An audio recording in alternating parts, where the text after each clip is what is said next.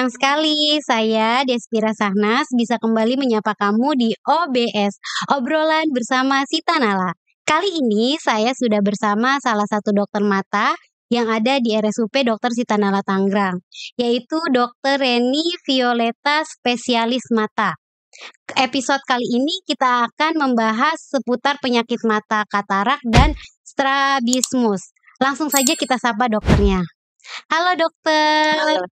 Apa kabar dok? Baik Mbak Des. Gimana, sehat dok? Alhamdulillah. Oke dok, boleh nggak sedikit perkenalkan diri dulu untuk sahabat OBS yang ada di rumah dok? Oke, nama saya Dr. Reni Violeta, spesialis mata. Saya berdinas di RSUP Sita Nala di Polimata. Di Polimata ya dok ya, oke. Ini kan membahas katarak ya dok ya. Sebenarnya penyakit katarak itu apa sih dok? Katarak itu sebetulnya dalam istilah medisnya juga katarak, tapi mungkin masyarakat juga sudah biasa dengan kata-kata katarak ya. Kekeruhan pada lensa. Jadi di dalam mata kita itu ada. Ini tuh tadi saya juga mau nanya, ini apa dok? Iya, saya bawa mainan ini ya. Jadi di dalam mata kita itu ada lensa mata yang bisa saya buka ya. Nah, kalau bisa dilihat nih di dalam sini ada lensa mata. Nah, harusnya ini jernih, bening kalau pada orang Mata yang normal ya dok ya. Kalau yang katarak itu tadi dia akan mengalami kekeruhan. Nah, kekeruhannya itu sendiri sebetulnya ada beberapa grading. Nah, nanti biasanya secara medis kita akan grading dan ada jenis-jenis katarak di poli kalau dilakukan pemeriksaan. Tapi secara singkatnya yang tadinya bening sekarang keruh. jadi keruh ya dok. Sehingga mengganggu penglihatan gitu. Jadi penglihatan kita tuh seperti kabut atau gimana dok kalau katarak itu? Biasanya kalau pasien yang datang ke kita sudah benar-benar nggak ngelihat itu juga ada.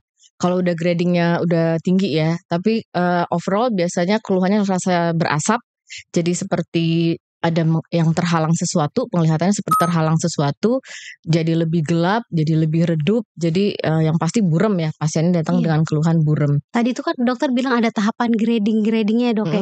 Itu gradingnya tuh ada berapa tahap, dan kalau misalkan di tahap yang akhir apakah itu sangat membahayakan bagi penderita katarak itu sendiri dok? Jadi kalau misalnya dari secara medis sebetulnya ada beberapa jenis katarak, kemudian nanti kita bisa grading itu secara ada di grade 1, grade 2 sampai grade yang akhir biasanya ada grade 5 ya. Kemudian dari jenis-jenisnya sendiri itu berbeda-beda. Biasanya pasien yang datang ke kita tuh bervariasi. Ada yang benar-benar udah nggak ngelihat sama sekali, ada yang baru 1 mata, ada yang sudah 2 mata. Oh itu bisa nular dok ke mata yang sebelah? Oh bukan nular, bukan menular ya. Jadi katarak tuh bukan penyakit menular. Jangan sampai nanti salah persepsi nih, salah paham. Jadi mungkin sedikit menyinggung kenapa sih orang bisa katarak, mungkin lebih ke situ ya. Jadi kalau katarak memang secara umum mungkin lebih diketahui karena faktor usia ya. Jadi kayak aging process gitu. Jadi salah satu penyakit degeneratif yang paling sering dan semua orang pasti mengalami. Pasti. Saya juga yang usia muda kayak saya pun yang dokter mata suatu saat akan katarak ya dok ya. Cuman berbeda-beda aja. Mungkin ada pasien yang 70 tahun baru katarak, ada pasien yang 40 tahun sudah katarak. Nah tapi sebetulnya katarak itu tidak hanya disebabkan oleh aging process atau memang yang secara umum lebih sering dikenal itu untuk karena proses penuaan ya, degeneratif proses. Karena sebetulnya katarak itu juga bisa dibawa dari lahir. Jadi tidak hanya orang tua nih yang bisa kena katarak, anak-anak bisa, bayi bisa, orang dewasa biasa, dewasa muda kayak Mbak Des juga bisa. Tergantung dari jenis etiologinya atau penyebabnya apa. Yang tadi saya jelaskan yang paling umum adalah karena faktor usia, karena aging process. Kemudian yang kedua bukan penyakit keturunan ya. Jadi dia bisa kongenital, artinya dibawa dari lahir. Nah ini bawaan dari lahir. Jadi ada kelainan kongenital. Kelainan kongenital ini misalnya pada pasien-pasien yang beresiko bayi lahir prematur atau dia punya infeksi virus. Jadi yang paling sering itu mengakibatkan misalnya ibunya terkena infeksi rubella sehingga ketika janin di dalam rahim itu terinfeksi juga oleh si rubella sehingga ketika lahir si anak membawa katarak kongenital karena rubella, karena tokso, itu juga bisa. Jadi ada katarak yang disebut dengan katarak kongenital dari lahir memang sudah ada kataraknya. Kemudian ada juga katarak yang terjadi karena faktor sekunder. Misalnya faktor sekunder ini jadi ada penyebab lain yang bikin dia jadi katarak. Misalnya trauma, pasien-pasien kecelakaan kebetulan kenanya di bola mata. Itu juga bisa dok, katarak? Iya bisa, sangat bisa. Nah trauma sendiri nggak hanya trauma tembus, trauma tumpul pun bisa mengakibatkan katarak karena proses dari getaran yang hebat, misalnya dia kena bola, kemudian ada perubahan karena faktor getarannya itu ada bisa mengakibatkan ablasio retina, bisa juga karena katarak traumatika. Kemudian juga bisa karena zat kimia, misalnya kena cairan zat kimianya di mata itu cukup banyak sehingga dia imbibisi ke dalam bola mata, sehingga kena di lensanya juga mengalami kekeruhan. Faktor sekunder dari obat-obatan tertentu. Obat-obatan juga ya, Dok? Misalnya pasien yang mendapatkan steroid dosis tinggi untuk penyakit-penyakit tertentu sehingga kataraknya akan lebih cepat datangnya daripada pasien-pasien yang katarak karena aging proses. Jadi kayak kita sebutnya dengan katarak steroid induce misalnya. Atau ada juga beberapa obat-obatan lain yang kemudian men-induce terjadinya katarak. Jadi sebetulnya penyebab katarak itu sendiri tidak hanya primer karena proses degeneratif, tapi juga bisa sekunder dari faktor-faktor lain. Sehingga sebetulnya siapa aja tuh bisa terkena katarak gitu. Oke, tadi aku dengar penjelasan yang mengenai bayi prematur itu menarik banget ya, Dok ya. Bisa terdeteksi dari cara apa, kan sedangkan bayi itu kan belum bisa melihat juga, dia juga belum bisa berbicara. Kan terus kita sebagai orang tua, Dok, melihatnya itu bagaimana ciri-ciri bayi yang Kayaknya bisa ada terkena katarak nih. itu? Kalau misalnya pasien dengan katarak yang sudah ada dari sebelum usia 3 bulan, itu biasanya fiksasi penglihatannya itu belum terbentuk karena ada yang menghalangi jalannya cahaya dari pupil itu ada anak mata ya di tengah sini, sampai ke pusat penglihatan kita ada namanya makula dan fovea di dalam bola mata nih di pusat penglihatan kita. Nah, ada yang menghalangi di sana dalam proses penglihatan, fiksasi cahaya itu belum terbentuk sebelum usia 3 bulan, biasanya yang paling mudah adalah matanya seperti bergerak-gerak sendiri. Jadi kalau dalam kedokterannya kita bilangnya nystagmus ya, jadi bola matanya seperti bergerak-gerak sendiri atau terlihat juling. Nah, ini nanti kita akan bahas juga di pembahasan yang kedua ya, strabismus.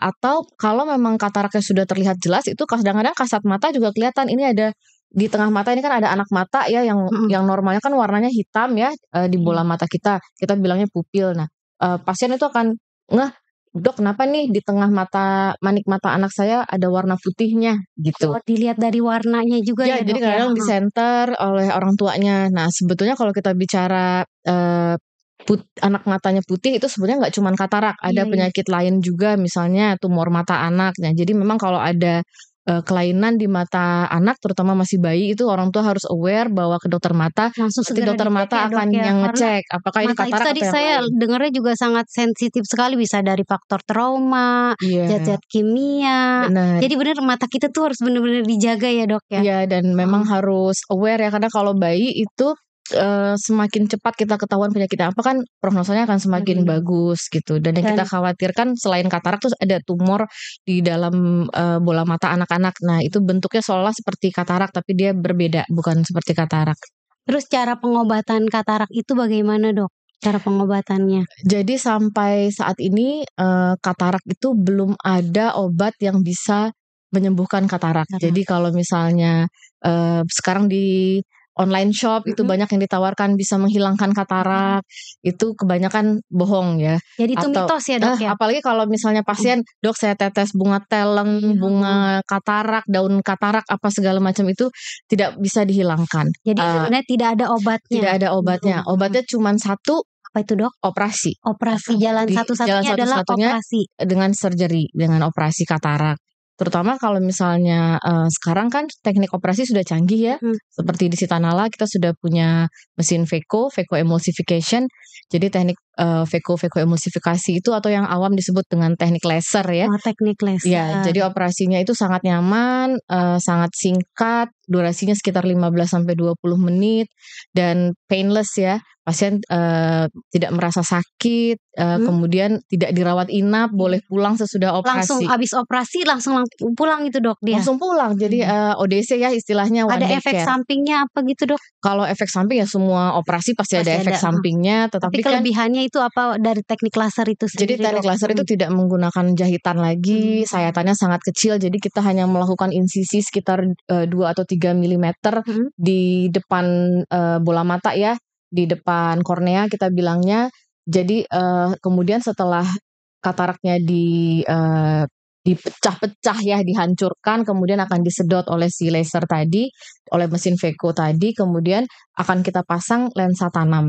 Lensa tanamnya juga sekarang sudah canggih sekali, sangat kecil banget, jadi bisa dimasukkan dengan insisi yang sangat kecil, sehingga setelah operasi tanpa jahitan sama sekali. Jadi bola matanya tetap bentuknya seperti bola mata yang normal. Kalau zaman dulu kan kita masih melakukan penjahitan ya di bola itu ngeri mata. banget. Aku dulu pernah lihat sih ada orang tua di operasi katarak itu ada kayak jahitannya gitu, Betul. Dok. Walaupun sebetulnya juga penjahitan terkadang kita butuhkan untuk kasus-kasus tertentu. Tetap ada yang dilakukan misalnya 1 atau 2 jahitan, tapi itu kan ada indikasinya. Ada misalnya pasien-pasien yang dengan iris floppy atau irisnya itu goyang sekali, itu tapi kan jarang sekali.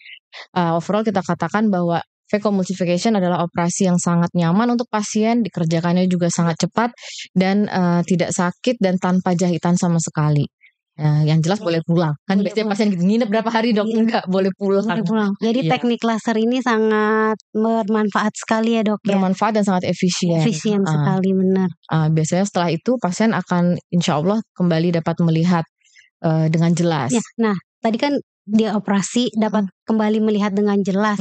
Terus katarak itu bisa muncul kembali atau emang benar-benar bisa sembuh total dok? Jadi katarak itu kalau udah disedot sekali ya nggak bisa. Kan karena tadi yang saya bilang ya, maaf ya, ini kalau operasi bola matanya nggak dibuka loh Mbak Des. Ini karena patung yang harus Ngeri dibuka. banget ngelihat patung. Iya enggak. Jadi tadi yang saya bilang kita insisinya hanya di sini. Bayangkan ya 3 mm seperti di penggaris tuh. Penggaris 3 mm seberapa sih? Nah, hanya sekitar 2,75 atau 3 mm itu sayatannya. Jadi ini saya buka karena biar bisa kelihatan ya. Iya, dok. Ini lensanya yang akan kita sedot nih. Nah, kita laser Jadi, ya. yang katarak itu terjadi di lensanya itu ya? Iya, betul, di lensanya ini. Kemudian nanti akan dipasang lensa tanam. Lensa tanamnya pun sangat kecil sekali, tapi saya nggak bawa contohnya nih ya. Kita implankan di dalam bola matanya. Kemudian udah itu katarak yang sudah disedot, lensa yang sudah dipecahkan, dihancurkan, kemudian kita sedot dengan Phaco, itu sudah nggak akan mungkin terbentuk lagi. Akan tetapi ada yang namanya kalau orang awam menyebutnya katarak sekunder, tapi sebetulnya kalau di kedokteran mata kita bilangnya PCO. Jadi itu adalah proses peradangan dan tidak terjadi pada semua orang. Jadi pada beberapa pasien, kan setiap kita ini respon tubuhnya berbeda-beda, sehingga ada pasien yang mungkin lebih sensitif ya, kayak Mbak Des aja kalau ganti pelembab yang satu dengan merek yang lain, yang ini cocok, yang ini merah gitu. Jadi mata juga kayak gitu ya? Mata meskipun kasusnya jarang, kadang-kadang terbentuk gumpalan-gumpalan sel radang yang menutupi si lensa yang kita tanam tersebut. Jadi kayak dia menutupi seperti selaput. Selaputnya itu kalau kita bayangkan seperti jaring laba-laba gitu, menutupi si lensa yang kita tanam itu. Tapi itu terjadinya biasanya cukup lama, bisa beberapa tahun kemudian setelah operasi, dan tidak semua pasien, jarang sekali. Nah, kalaupun misalnya terjadi katarak sekunder tadi, sebetulnya bukan katarak ya, tapi kapsulnya jadi lebih putih ya, jadi ada selaput yang menutupi si lensa yang ditanam tadi. Itu juga terapinya sangat nyaman. Jadi kita hanya melakukan laser khusus di poliklinik. Jadi alatnya hanya di poli, dan di Rumah Sakit Sitanala juga ada. Kita namakan yak laser. Yak lasernya kita lakukan di poli untuk mengangkat si selaput tadi, sehingga lensanya jadi bersih lagi. Disapuin lah gitu. Debu-debunya disapuin. Terus tadi kan dok ada maksudnya terapi. Nah, setelah dioperasi itu cara untuk perawatannya dok? Setelah itu dengan terapi itu atau ada tetes mata lah yang harus ditetesin gitu? Pasti ya. Jadi nanti biasanya kita tetap kasih obat tetes mata. Nanti pasien akan diajarkan bagaimana cara perawatan di rumah. Karena kan memang nggak boleh kena air dulu sementara. Habis operasi itu tidak boleh kena air. Nanti akan dijelaskan setelah operasi. Ini cara perawatan di rumah selama nggak boleh kena air nih gitu. Kemudian tapi cara netesin obat, cuman walaupun tidak boleh kena air tetap harus dibersihkan gitu. Nanti biasanya pasien akan diajarin. Jadi semua perawatannya bisa dilakukan di rumah. Nanti pasti akan ada kontrol ya ke poli mata hari pertama 1 minggu. Jadi tetap berkesinambungan, bukan habis selesai operasi udah gitu. Iya benar. Tetap ya harus konsul juga dong, bener Iya, dong. Ini kan bahas katarak nih ya Dok ya. Selanjutnya itu ada yang masalah strabismus itu Dok. Kalau kata saya sih orang awam ya bilangnya mata juling ya Dok ya. betul. Yang satu ke kanan, yang satu ke kiri. Nah Iya. itu kenapa Dok bisa terjadi gitu? Tadi kan juga dokter bilang dari bayi yang prematur juga bisa terjadi seperti itu. Jadi salah satu unggulan pelayanan kita di Sitanala untuk mata selain untuk operasi katarak yang juga dapat dirangkai dengan bisa kita di Sitanala sudah bisa mengatasi masalah sekundernya dengan yak laser ya.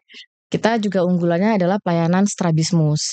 Jadi strabismus nanti di Google aja buat yang nonton. Ya itu maksudnya apa, kalau kita kan orang awam ya kan nggak tahu matanya yang satu ke kanan, yang satu ke kiri itu kan mata juling ya Dok. Itu tuh kenapa bisa terjadi kayak gitu ya Dok ya? Jadi strabismus atau kita awalnya sebut dengan mata juling itu intinya bola matanya tidak lurus. Ya, jadi kedudukan bola mata yang harusnya lurus tapi nggak lurus nih. Jadi tidak simetris gitu. Tidak lurus. Jadi kedudukan bola matanya itu tidak berada dalam satu posisi yang lurus atau kita bilangnya ortoforia ya. Jadi bola mata itu harusnya kan begini nih lurus. Nah, karena kedudukannya nggak sama, tidak sama-sama lurus, agak melenceng salah satu atau mungkin dia melencengnya bergantian. Entah itu julingnya ke dalam atau julingnya keluar, atau bisa juga julingnya ke atas atau julingnya ke bawah. Jadi yang penting itu tuh ada perbedaannya sangat kelihatan ya Dok ya. Ada ketidaksesuaian posisi kedudukan bola matanya, itu sudah kita bilang dengan juling lah gampangnya ya kalau misalnya bahasa awam. Dan kadang-kadang juling ini juga kadang-kadang tidak disadari. Artinya saya sering dapat pasien itu justru jenis juling yang intermittent. Intermittent itu kayak tempo-tempo gitu. Tempo-tempo tuh gimana Dok? Hilang timbul. Jadi kadang dia juling, kadang dia bisa ngelurusin matanya, kadang dia bisa fiksasi. Juling itu tuh bisa berubah-ubah, bisa kadang lurus, bisa kadang-kadang berubah lagi juling gitu. Jadi juling itu ada yang sifatnya menetap, artinya kalau menetap nih, saya punya pasien dari pintu aja saya udah bisa lihat, wah di matanya pasiennya juling. Oh iya, namanya juga dokter mata ya kan, udah sering ketemu orang sakit mata jadi instingnya kuat. Oh dia matanya juling ya kan. Artinya memang julingnya kelihatan banget karena sudah menetap. Ada pasien yang julingnya intermittent atau artinya hilang timbul. Jadi kadang dia masih bisa meluruskan matanya dan kontrolnya masih bagus, tapi kadang juga julingnya keluar gitu karena dia nggak bisa mengontrol. Nah, untuk mata juling itu sebenarnya dia melihatnya juga normal kayak kita nggak sih Dok? Melihatnya apa dia nggak bisa ngelihat? Apa normal penglihatannya? Jadi sebetulnya penglihatan itu tidak sederhana kita bisa melihat nih. Jadi sebetulnya Tuhan tuh, Allah tuh mengasih kita anugerah penglihatan itu tidak hanya ngelihat Mbak Des doang nih, tapi ada namanya penglihatan 3 dimensi. Penglihatan 3 dimensi atau yang kita bilang dengan stereoskopis. Ada penglihatan warna ya, ada jadi penglihatan stereoskopis atau in-depth perception itu maksudnya kemampuan melihat jarak, kemampuan melihat kedalaman. Mungkin tanpa Mbak Des sadarin. Tapi sebetulnya setiap kita itu kemampuan 3 dimensinya berbeda. Berbeda-beda, orang pasti beda-beda ya Dok ya. Cuman memang kan pasien juling kita anggap lebih sedikit daripada pasien yang matanya lurus ya kan. Benar. Nah jadi gampangnya gini, kalau Mbak Des mau ngecek seperti apa sih kedalaman persepsi stereoskopis atau penglihatan 3 dimensi itu, misalnya nih Mbak Desnya nyetir dengan 2 mata, kelihatan nih ada mobil di depan, kelihatan itu ada trotoar, coba ditutup matanya sebelah, Mbak Des tetap tahu itu ada mobil di depan, tetap tahu itu ada lubang di depan, tetap tahu itu ada trotoar di depan, cuman perkiraan jaraknya itu melenceng, nggak pas. Intinya dia tetap masih bisa ngelihat, cuma nggak terlalu jelas gitu ya, melenceng. Jadi persepsi jarak dan kedalamannya itu berbeda dengan yang jadi mata berubah. normal. Jadi kayak misalnya nih ada air nih di gelas. Boleh Dok, silakan diminum dulu, nggak apa-apa. Diminum aja dulu Dok, nggak apa-apa, kita minum dulu nih Dok. Oke. Kalau misalnya kita mau ngisi air di dalam gelas tapi sambil ditutup matanya satu, itu biasanya suka tumpah. Jadi persepsi ini posisinya harusnya di mana, ini airnya jumlahnya sudah seberapa, itu berbeda antara kita ngelihat 2 mata dengan 1 mata. Dan itu ada beberapa pekerjaan tertentu yang membutuhkan persepsi 3 dimensinya harus bagus. Misalnya pilot, karena dia akan ngelihat depth kedalaman awan ya. Kemudian TNI, apalagi yang nanti polisi juga biasanya. Tapi biasanya lebih ini tuh kayak TNI Angkatan Darat, Angkatan Udara, itu dia saklek banget untuk stereoskopisnya karena karena sangat Untuk berguna dalam atau dokter ya. dokter yang membutuhkan pekerjaan dengan mikroskop. Nah, itu kedalaman penglihatannya itu saat melihat mikroskop itu sangat berbeda dengan orang yang tidak punya persepsi 3 dimensi yang bagus. Nah, kalau matanya juling, dia tidak punya depth perception atau penglihatan 3 dimensi yang bagus. Dan kalau dia ngelihat ya nggak sama dengan orang normal. Jadi kayak misalnya dia julingnya keluar nih, dia akan ngelihat lapang pandangnya memang lebih luas, tapi dia nggak 3 dimensi gitu. Oh. Jadi sangat mengganggu fungsi penglihatan. Sebetulnya kan kita melihat ini, mata ini cuma alat ya. Iya. Ini tuh cuma alatnya. Tapi sebetulnya ngelihat itu kan di otak.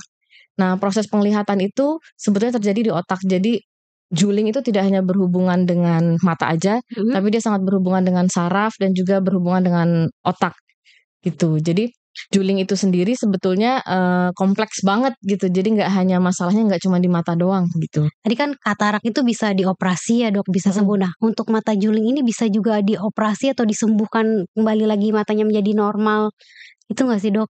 Nah jadi juling ini kan memang kembali lagi ya penyebabnya apa dulu gitu. Jadi juling itu bisa terjadi pada siapa saja.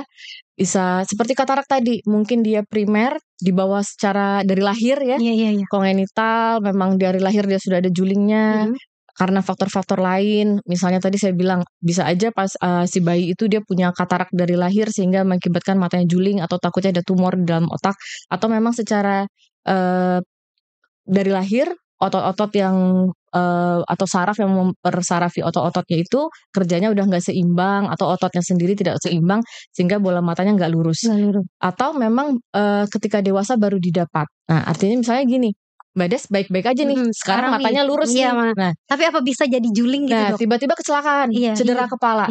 Kebentur, jatuh dari motor, itu bisa jadi juling. Jadi trauma pengaruh bisa. juga ya, kecelakaan juga. Yang tadinya mata kita normal pun bisa jadi juling saja. ya. Karena sekali lagi juling itu berhubungannya dengan saraf, dengan otak dan juga dengan otot-otot yang mempersarafi yang menggerakkan bola mata kita. Ini kan kalau kita lihat di bola mata ada yang merah-merah ya. Ini adalah otot-otot yang menggerakkan bola mata, posisinya di luar bola mata.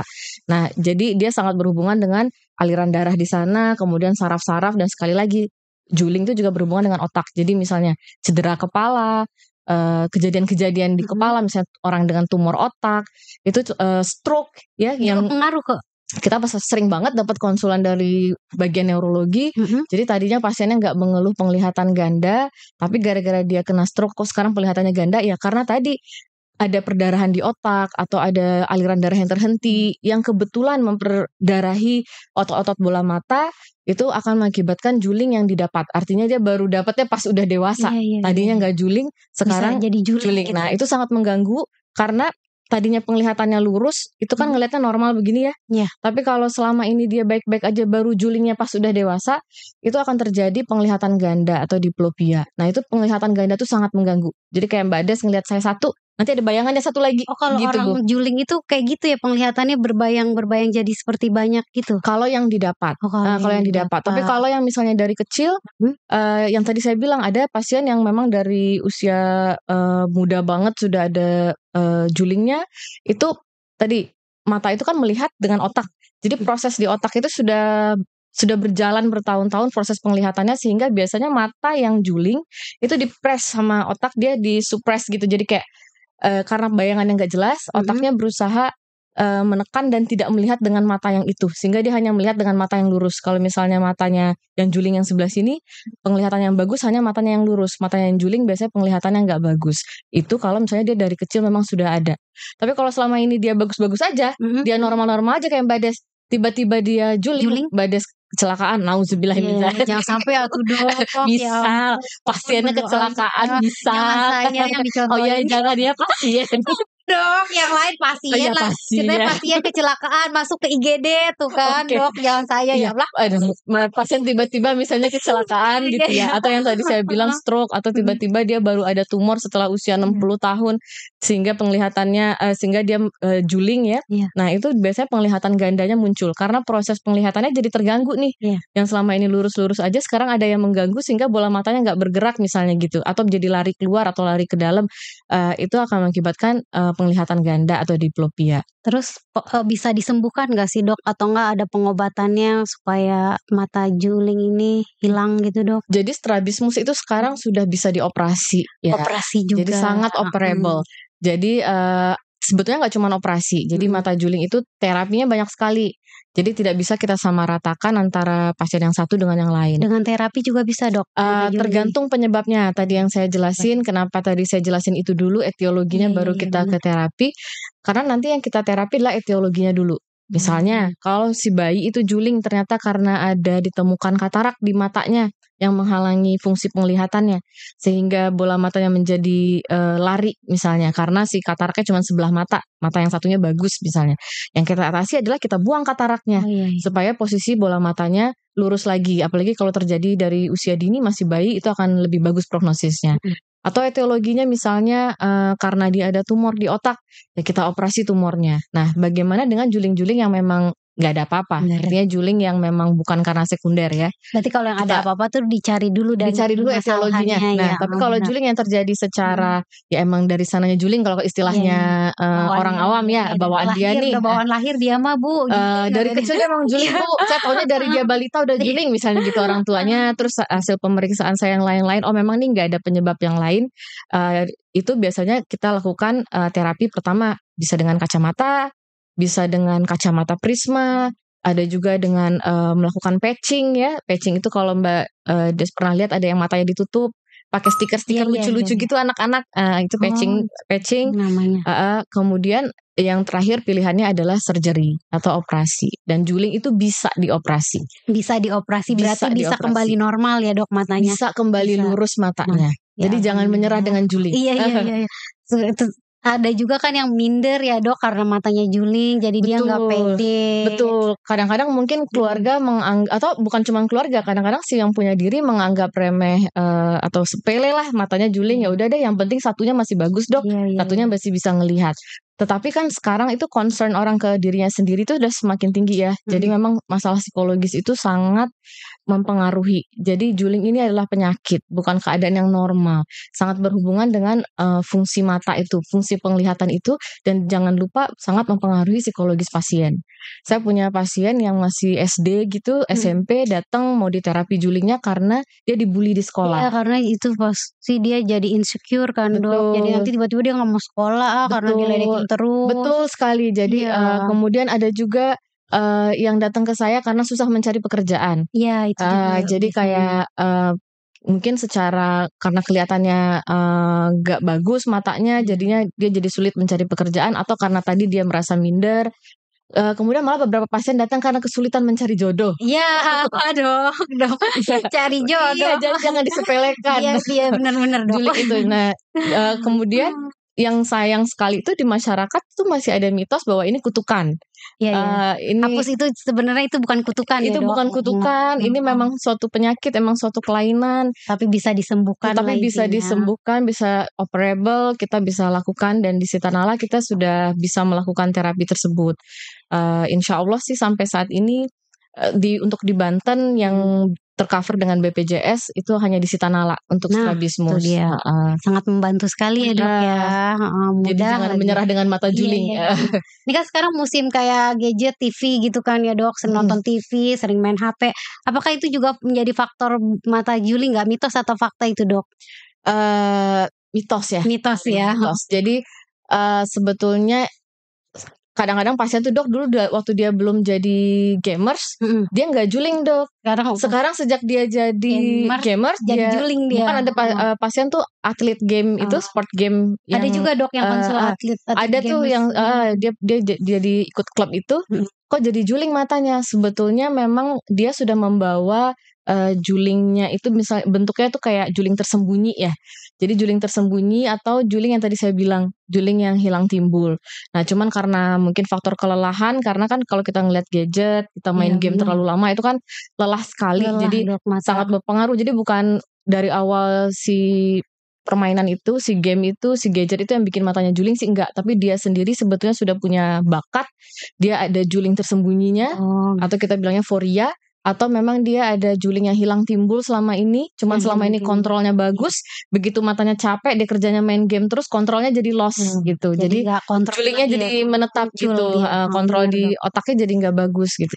Oke Dok nih, jika ada sahabat OBS yang ingin konsultasi langsung dengan Dokter Reni, bisa dijumpai di hari apa aja Dok di RSUP Dr. Sita Nala ini? Oke, terima kasih. Kalau di Polimata kita mah setiap hari ada ya, Iya, Senin setiap hari. sampai Jumat Senin sampai Jumat di jamnya hari Dok. kerja. Kita Jamnya, ada saya dengan Dokter Reni, ada juga Dokter Tamara. Jadi kita bisa ketemu setiap hari ada di Sita Nala. Oke. Terima kasih ya Dokter Reni sudah mau mampir di OBS.